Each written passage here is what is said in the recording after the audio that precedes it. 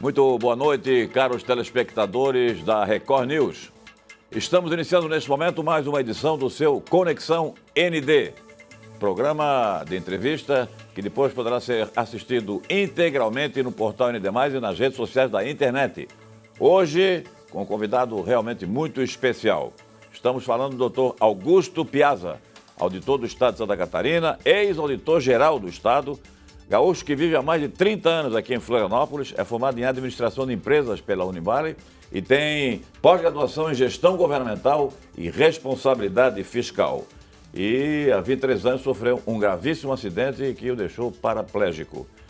Dr. Augusto Piazza é candidato em chapa única à presidência do CID Auditoria de Santa Catarina no próximo dia 1º de julho. Dr. Augusto, é um prazer, uma honra. Seja muito bem-vindo ao nosso Conexão ND. Obrigado, Moacir. A honra é minha. Boa noite a todos. Muito bom Doutor, o senhor tem um videozinho que eu acho que é uma síntese muito esclarecedora a respeito da experiência que o senhor está vivendo, dramática experiência que o senhor vive há 23 anos.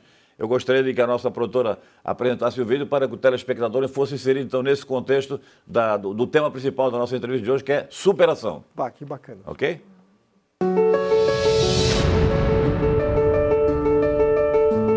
Essa história é sobre o poder da colaboração. Eu decidi sair sozinho para espairecer e começo a gritar para ele, para. Mas ele já não tinha mais o controle do carro. Quando eu acordei, eu não conseguia mexer nada. Era tão grave que eu já havia recebido a extrema unção dada por um padre, amigo da família. Tu tens duas opções. Ou tu passa a tua vida aí chorando por aquilo que tu tinhas e tu não vai ter mais, ou tu te permite viver o que é possível. Eu comecei a aceitar ajuda, o grande segredo desse processo. Eu não só estou aqui, como eu realizei o sonho de muitos homens. Vocês sabem, aquela enfermeira, a mais bonita do hospital? Aí, né, pessoal? Aí eu agarrei a oportunidade, né?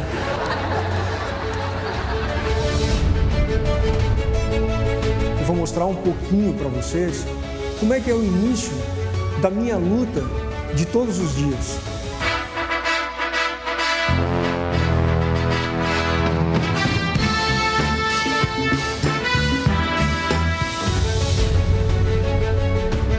Eu só evoluí porque eu aceitei ajuda. Não é à toa que as empresas inseriram o termo colaboradores nos seus quadros.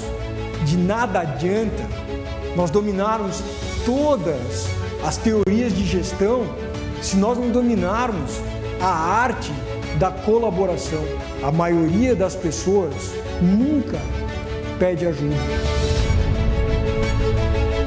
Alguém apostaria que eu voltaria a dirigir, que eu me formaria na faculdade, que eu voltaria a vender carro na cadeira de roda? Eu coordenei um trabalho que possibilitou economias milionárias para o Estado. A vida não dá garantias, mas isso não pode ser um freio. Nós vamos fazer uma dinâmica comigo aqui. Ser fora da curva significa ser melhor para o outro. Obrigado pela colaboração.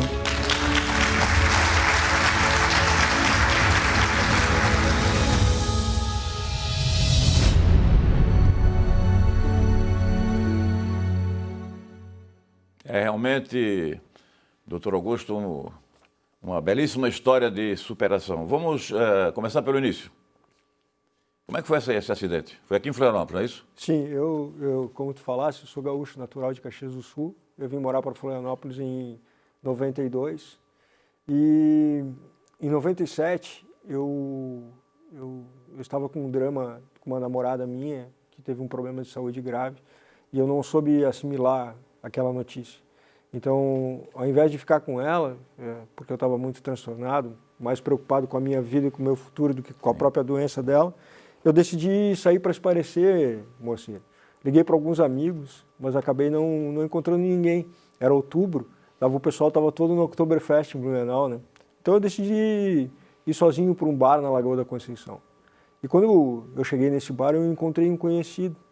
Não era assim alguém que a gente convivesse, mas nós sentamos juntos e conversa vai, conversa vem. Ele me disse que tinha ido para lá com o carro novo que o pai dele tinha comprado. E aí ele me convida para dar uma volta. Eu louco por carro, né, Moacir? Não pensei duas vezes. E aí nós pegamos o carro e fomos em direção ali da Lagoa da Conceição para o Rio Vermelho. Quem mora em Florianópolis, conhece a região ali, sabe que no Rio Vermelho ali tem um retão, né? Chamado retão do Moçambique ali. Onde algumas pessoas inconsequentes, como eu era, né, usavam e usam, às vezes, para ainda hoje acelerar seus carros. E foi isso que a gente fez. A gente foi testar o carro do pai dele, ele dirigindo, o carro foi a 190 km por hora e na volta ele foi acelerar mais forte ainda e ele se perdeu na curva do camping ali. Então, para resumir a história, 12 dias depois eu acordei do coma que eu tinha ficado, do acidente. Nesse acidente, eu sofri uma lesão raquimedular na altura da vértebra cervical C5 e C6. Quando eu acordei do coma na UTI do hospital, eu estava tetraplégico. Eu não tinha movimento nenhum no corpo e eu não tinha sensibilidade nenhuma do pescoço para baixo, moça. Eu tive 3 paradas respiratórias, né? Por causa que eu tive várias fraturas nas costelas que perfuraram os pulmões. Ali no vídeo relata, né, eu estava desenganado pelos médicos, inclusive chamaram um padre para dar a extremunção, né. E aí, por Deus, eu consegui começar a recuperar da UTI. Eu fiquei 23 dias na UTI, 60 dias no Hospital Celso Ramos, aqui em Florianópolis, e eu fiquei mais 30 dias no Hospital Sara Kubitschek, em Brasília, né, que é um centro de referência para tratamento de trauma raquimedular. Como é que foi aqui em Florianópolis? Foi positivo o tratamento? Foi qualificado? Sim. Os profissionais da saúde, obviamente, eu devo a minha vida a eles, né? Fui muito bem atendido, Moacir. Eu acho que, veja, a minha família, na época, meu pai ainda era vivo, nós tínhamos uma condição financeira e eles ficaram desesperados com a possível morte do filho. Inclusive foi trazido um profissional de Porto Alegre, um médico pneumologista, porque a gravidade maior era a parte do pulmão, né? A máquina respirava 99% por mim. E o procedimento que estava sendo feito no Celso Ramos foi chancelado por esse profissional de outro estado, que era considerado o papa Então, realmente, eu fui muito bem assistido, né? E como é que foi a virada? Que daí o senhor, praticamente, pelo depoimento que eu vi o senhor numa palestra, o senhor estava se entregando, né? Porque realmente uma situação desesperadora, né? Moacir, o meu quadro depressivo era grave, né? Meu estado emocional era de extrema fragilidade.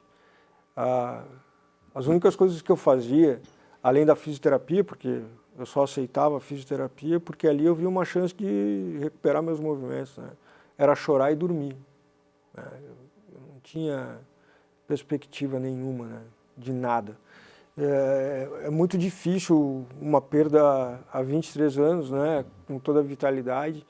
E o meu grau de dependência era tamanha, moça. Eu brinco, né, na palestra, eu falo que até para tirar a meleca do nariz eu tinha que pedir para minha mãe. Eu não mexia nada, né. E aí foi uma construção de muitos anos, moça. E eu acho que em determinado momento, quando eu tinha esse namoro e aí depois de um ano do acidente o namoro acabou, né?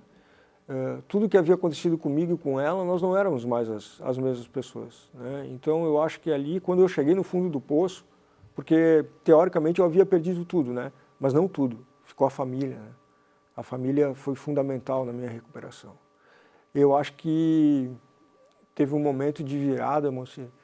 Eu fui numa consulta com o meu neurologista, que ele disse algumas palavras, como aparece ali no vídeo, em um momento certo, palavras certas em um momento certo, eu acho que pode fazer uma grande diferença na nossa vida, né? Ele disse para mim assim: Augusto, cara, tu tem 2 opções. Ou tu fica aí, chorando, por aquilo que tu tinhas, e tu não vai ter mais. Ou tu te permite viver o que é possível. Então, eu acho que ali foi a primeira chave que eu virei. Marco zero, então, da sua virada. Sabe o que eu comecei aceitando, mocinho? Olha só. O meu padrasto era um cara muito engenhoso, né? Então, eu comecei aceitando uma adaptação de madeira feita pelo meu padrasto no controle do videogame, no videogame de fazer propaganda do PlayStation, que eu consegui mexer, porque eu havia começado a recuperar alguma coisa de movimento. Então, a partir dessa pequena distração, eu comecei a ver que ainda era possível ter algum tipo de prazer na vida. E aí, obviamente, eu fui procurando novos jogos, a minha família conseguiu comprar um notebook para mim, eu comecei a visualizar novas oportunidades na internet, e sempre, Moacir, sempre com muita fisioterapia. A fisioterapia foi uma outra coisa muito fundamental na minha vida. O senhor é religioso? Eu acredito em Deus, Moacir. Sim. Né? Eu digo assim, a minha família inteira, metade da minha família é católica, né, por parte de pai, e a outra metade da minha família, por parte de mãe, é espírita. Então eu tive a vivência dessas duas religiões, né? E algumas coisas me chamam muita atenção em uma e me chamam muita atenção em outra. Então eu não tenho uma definição de dizer assim, Augusto, tu é católico, tu é espírita. Eu acho que realmente eu acredito em Deus, cara. Mas as duas têm convergências muito fortes, né, doutor? Sim. E eu fiz a pergunta pelo seguinte, porque eu percebo nas suas manifestações, na sua palestra, tanto que a questão, primeiro, dois aspectos. Primeiro, a família, mas a questão espiritual também foi fundamental na sua recuperação, é isso? Foi fundamental. Sabe que eu tenho uma coisa que eu digo, eu acredito, Moacir, que o universo conspira a favor da gente, mas só se a gente lutar, se a gente aceitar a ajuda e se a gente colaborar. Perfeito. Tem que ir à luta, qualquer adversidade não pode se entregar. E é isso que a gente busca muito na palestra, sabe? Muitas vezes, uma coisa que eu procuro enfatizar também, Moacir, eu acho que uma coisa extremamente ineficiente na vida da gente é a gente reclamar. A reclamação não traz muito benefício. Eu acho que a reclamação, quando tu tem um momento de dificuldade, eu acho que tu tem que focar naquilo que tu está vendo.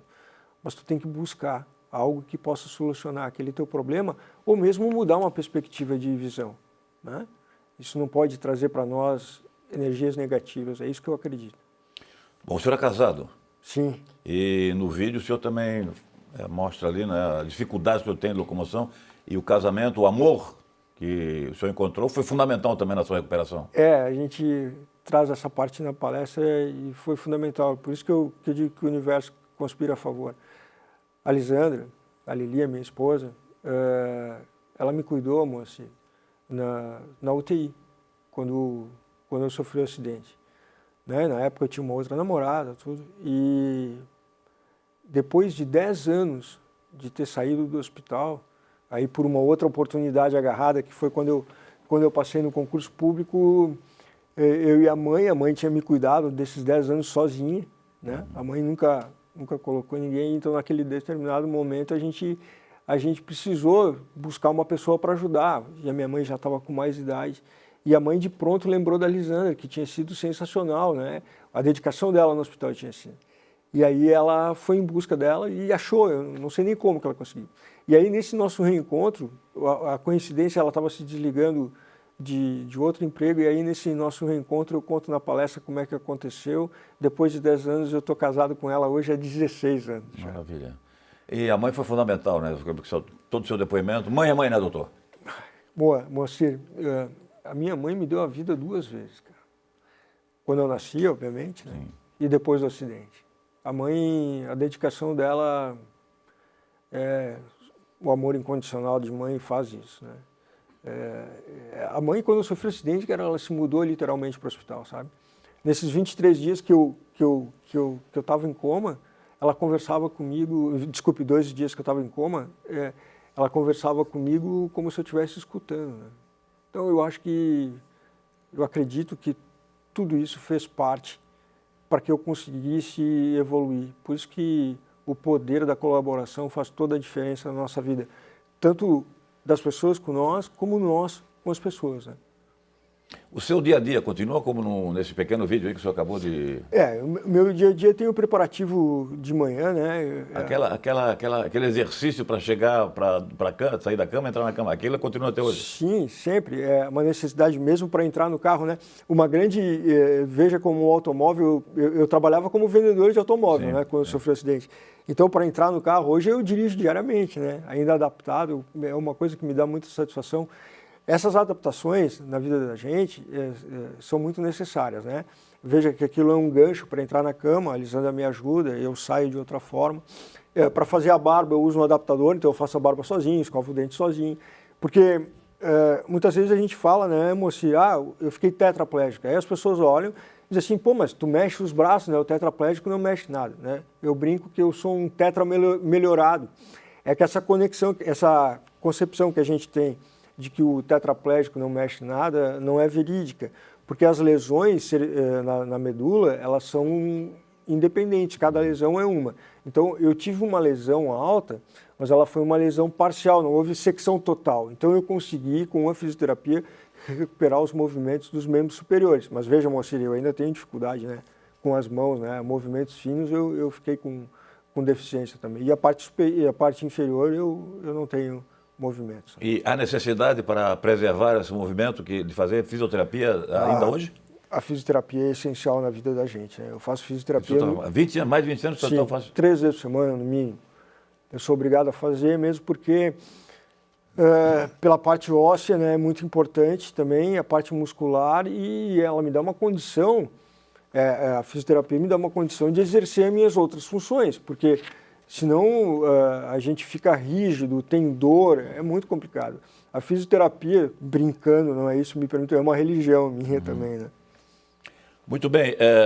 Eu tive o prazer de conhecê-lo, não sei se o senhor está lembrado, no início do governo Luiz Henrique, secretário da administração Antônio Gavazzoni. E naquela ocasião o senhor participava lá de uma equipe especializada em examinar aí o projeto da reforma da Previdência. E até hoje o senhor continua, então, prestando serviço ao governo do Estado.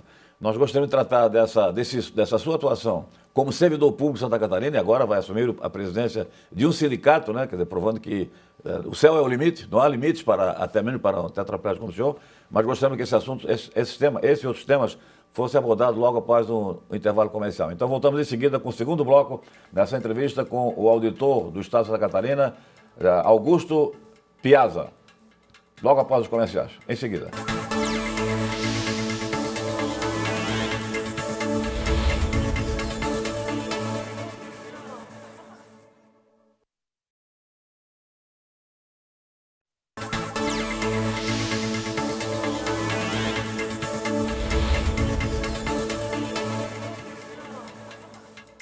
Estamos apresentando Conexão ND pela Record News. Hoje com um convidado muito especial, o auditor do Estado, Augusto Piazza, que há 23 anos sofreu um gravíssimo acidente tetraplégico e, com alto poder de superação, está esclarecendo exatamente quais as situações que ele enfrentou para poder continuar a sua vida com uma certa normalidade.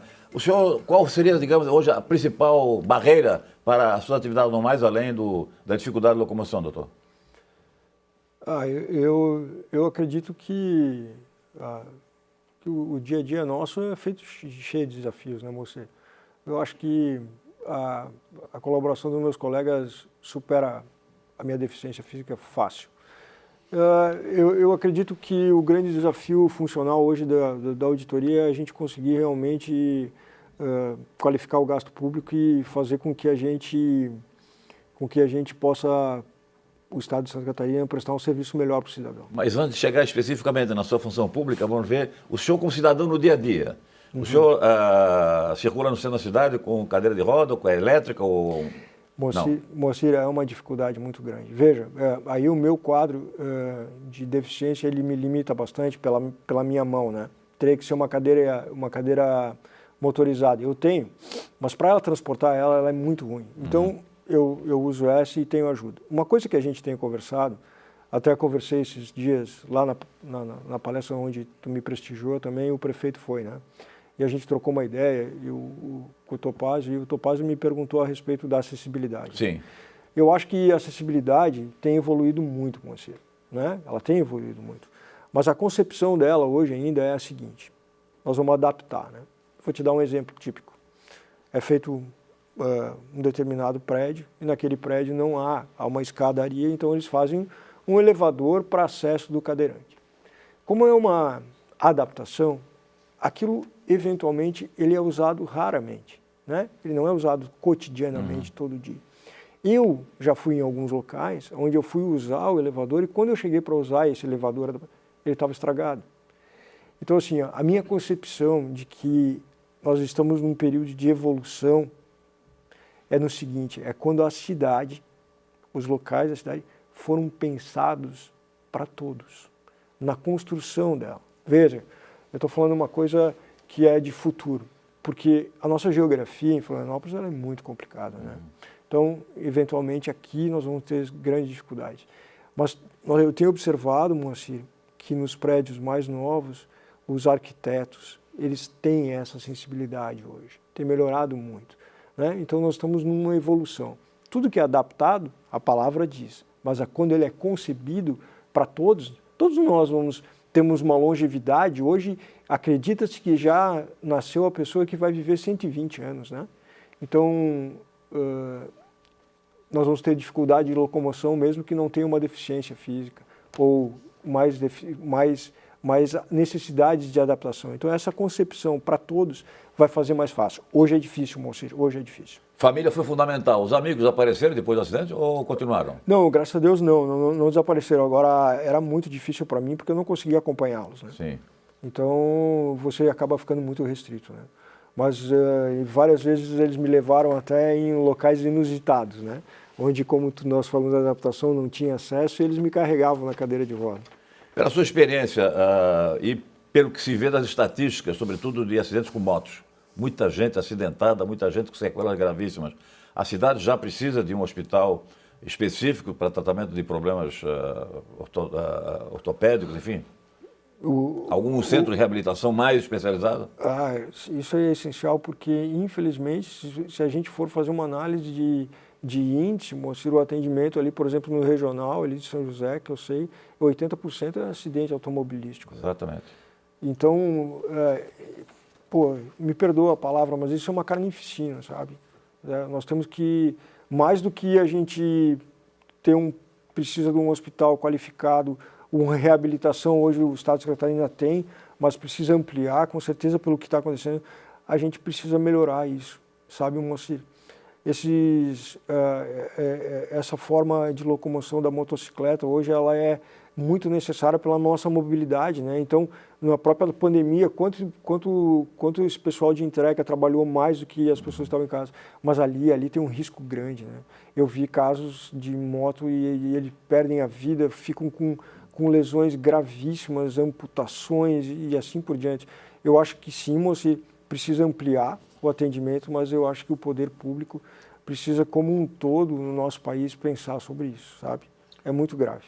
Digamos o seguinte, o que o senhor conseguiu recuperar no tratamento no Sara Kubitschek em Brasília, poderia ter sido feito em Florianópolis ou negativo? Só lá que tem esse equipamento? Assim, o centro de tratamento do Hospital Sara Kubitschek é referência no Brasil. Eu acredito que com tudo que eu aprendi lá, aqui não seria possível. Aqui não, porque lá é muito focado, né? Por caso específico de trauma raquimedular. Houve no passado, Moacir, uma tentativa do então governador Raimundo Colombo de trazer uma unidade do Sara Kubitschek para o sul do país. Veja, eu não vou me lembrar agora, mas eu acredito, tem no Rio de Janeiro, tem em Brasília, e eu acho que tem outro no norte, né? Então, assim, poderia ser uma grande bandeira para Santa Catarina, um esforço mútuo, ou mesmo com os 3 estados do sul, como a gente faz com o banco, né, o BRDE, nossos 3, para que a gente tivesse uma unidade aqui, eu acho que seria essencial. E o SARA é completamente público, então eu acho isso muito importante, que tu consegue atingir toda a gama da população. E veja, Moacir, eu tive um diferencial, não que a minha família fosse rica, mas eles tinham condições de me dar algum tipo de suporte. Agora, quando a gente vê uma pessoa que sofre um tipo de acidente como o meu, ou perde algum membro e tem que meu Deus, a falta de recurso financeiro também nessa situação é gravíssima, sabe? Então, aí a pessoa fica com muito menos possibilidade de conseguir se alavancar de novo na vida. Seria uma grande bandeira, moça. Maravilha. Vamos então divulgar essa bandeira, ouvir aí os especialistas na área, Sim. né? Eu me lembro que houve realmente um momento que havia a possibilidade Isso. de trazer uma filial para Santa Catarina. Vamos então recuperar essa bandeira aí a partir do seu depoimento aí. Doutor, é o seguinte, por que auditoria do Estado? Oportunidade? Os amigos convidaram? Depois que eu sofri o acidente, antes de sofrer o acidente, eu trabalhava com venda de automóveis. E aí eu tive a oportunidade de retornar na loja depois, mas de cadeira de rodas. E eu fui vender carro de cadeira de rodas. E pela colaboração dos meus colegas na loja foi possível fazer isso, né? Eu me lembro que até na hora, Moacir, de puxar o pedido da venda do carro, eles me ajudavam para escrever, porque eu tinha dificuldade. Maravilha, né? maravilha. Então a colaboração teve sempre e ali foi possível. Só que a sazonalidade de vendas, eu fui um bom vendedor, viu, Moacir? Na cadeira de rodas mesmo, teve um mês que eu vendi 15 carros. Então, mas a sazonalidade de vendas traz uma insegurança, né? E eu tenho uma tia que ela é auditora no estado do Rio Grande do Sul.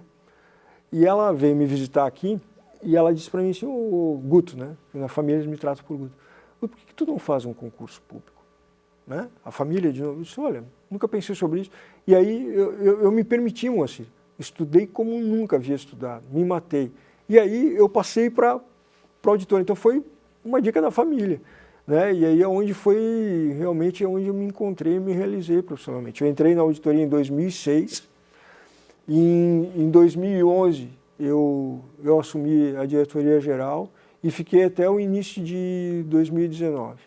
Que aí, depois de sair da diretoria, eu também me permiti, eu acho, de começar esse projeto das palestras. Muito bem. Eu me lembro então da sua presença lá na equipe do secretário Antônio Gavazzoni para a reforma da Previdência. A sua presença nesse grupo ali foi por espontânea vontade ou o senhor se interessou pelo assunto ou o secretário colocou para trabalhar na equipe? Eu conheci o secretário Gavazzoni antes de trabalhar com ele, uma pessoa excepcional, e o Gavazzoni é meu amigo, cara. A gente ficou muito parceiro depois da passagem dele pela secretaria. Eu considero ele um irmão que a vida me deu, né? Aprendi muito com ele. Ele é um cara sensacional. Nós tínhamos, Moacir, além da fazenda ali, nós tínhamos um grupo que a gente autodenominava Central de Bucha do governo. Então era formado por PGE, Secretaria da Administração, tinha até Polícia Civil. E dali, quando havia, perdão da expressão, uma bucha para resolver grave, era chamado todo mundo e a gente convergia naquele grupo para buscar a solução. Então, por isso que nesses assuntos que não eram tipicamente da auditoria, mas também tem dados ali essenciais para a auditoria, a gente trabalhava junto para solucionar esses graves problemas que tu conhece tanto quanto eu, ou melhor, o déficit da Previdência, a gravidade que é. Isso não é só de Santa Catarina, é do país inteiro. Como é que foi na pandemia? O senhor trabalhou em home office ou também na presencial, atividade presencial? Olha, Moacir, eu trabalhei home office, mas eu fui presencial também. A minha esposa às vezes brigava comigo. Eu tenho muita necessidade dessa interação com as pessoas, né? Sim. Mas o home office foi um desafio, né? É um desafio muito grande. Eu acredito que a gente aprendeu muito com a pandemia, a gente possa fazer de um modo híbrido, sabe? Eu não consigo ter uma concepção ainda pelo menos na minha atividade, de um home office total. Não dá, né? Então, tu tem que ser híbrido. E naquela época da pandemia, na gravidade, depois do dia 17 de março de 2020, quando eu tinha uma palestra, Moacir, dia 17 de março de 2020. Aí estava aquele clima, não tinha sido decretado o decreto de emergência, fechado tudo. E aí, na noite anterior, não, vamos fazer o seguinte, eu liguei para a empresa, não, nós estamos com uma palestra motivacional, vamos jogar isso para frente, 15 dias para frente. Sim. Que não tem porquê, as pessoas têm que estar se sentindo bem no local. Eu achei que em 15 dias estava resolvido, né, Moacir? E foi surpreendente pelo lado de dificuldade que aconteceu, né? Então, foi híbrido. Bom, o senhor na palestra enfatiza muito a questão dos colaboradores. e do enfrentamento, de não ficar só se queixando, reclamando. Quais são as lições que o senhor tira dessa sua dramática e trágica experiência? Eu acho que são algumas coisas que têm que ser colocadas. O ser humano tem muita dificuldade de pedir ajuda, sabe, Moacir? O Steve Jobs diz ali que, o cara da maçã, né? Ele diz que a maioria das pessoas, Moacir, nunca pede ajuda. E é isso que separa aqueles que, por vezes, né, aqueles que conseguem realizar do que aqueles que apenas sonham. Eu acho que quando eu comecei a me permitir pedir ajuda e aceitar ajuda, porque isso é muito tênue. Numa corporação, veja, Moacir, como muitas coisas acontecem e a gente não se permite ir lá no chefe da gente, pedir ajuda para aquele determinado tema, ou para um colega.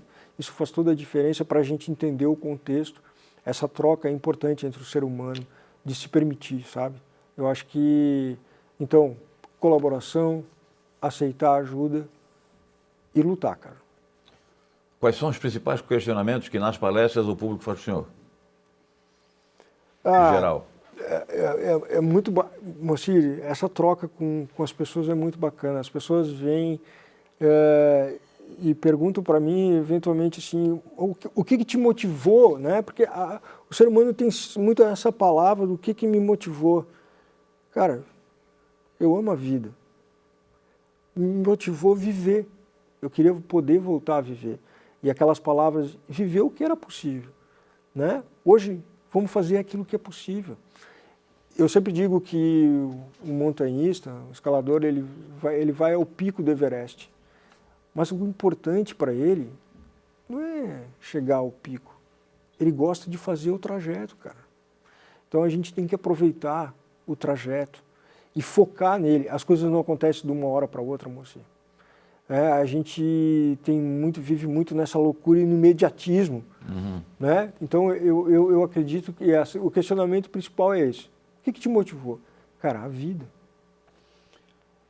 1 minuto para o encerramento do programa. Palavra livre para o senhor fazer alguma consideração final para os nossos telespectadores ou falar das suas palestras, que sempre são muito bem recebidas aqui no Estado. A palestra tem sido um novo desafio para mim. Eu estou com 47 anos, eu comecei com 45, tive o revés da pandemia. Então, eu sempre acredito que é sempre tempo de nos renovar. Nós precisamos acreditar em nós e se permitirmos, assim, de novo, de aceitar ajuda, de colaborar com os outros. Dentro de uma corporação, mais do que a gente dominar todas as teorias de gestão, a gente precisa dominar a arte da colaboração. Vou encerrar, se tu me permitir, com uma frase do ex-presidente americano Franklin Roosevelt. Ele tem uma frase que ele diz assim, os únicos limites das nossas realizações de amanhã são as nossas dúvidas e hesitações de hoje. Muito obrigado ao Dr. Augusto Piazza, auditor do Estado de Santa Catarina, futuro presidente do Cine Auditoria aqui no Estado, por mais essa sua grande contribuição aí nessa lição de superação. Acho que essa é a imagem que fica forte do senhor, é o enfrentamento, a ajuda, a colaboração, o apoio da família, a força espiritual que permitiram que o senhor sobrevivesse e está dando esse exemplo maravilhoso para toda Santa Catarina e para o Brasil. Muito obrigado mais uma vez pela sua presença. E a entrevista estará disponível na íntegra dentro do portal ND+, e redes sociais da internet. Obrigado a você que nos acompanhou, um grande abraço, boa noite e até a próxima.